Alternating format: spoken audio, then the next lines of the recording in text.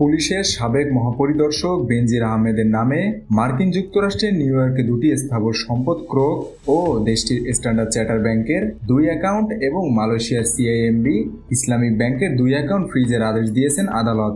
New ইয়র্কের lake Avenue ও lake স্ট্রিটে থাকা এসব স্থাবর সম্পত্তির মূল্য $2,15,000 করে।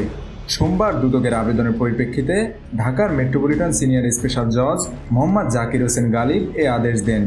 এদিন দুদকের উপপরিচালক মোহাম্মদ হাফিজুল ইসলাম এসব সম্পদ ক্রোক ও ফ্রিজ চেয়ে আবেদন করেন।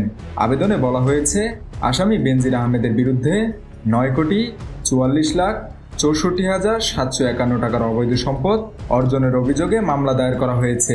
এসব সম্পদ তিনি পুলিশের আইজি থাকা অবস্থায় অবৈধভাবে অর্জন করেছেন। মামলাটি বর্তমানে তদন্তাধীন।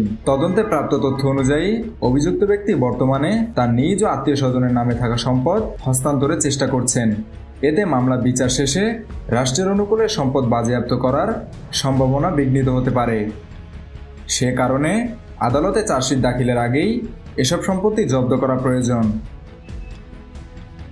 মেহেদী হাসান বাপ্পি, খুলনা গেজেট।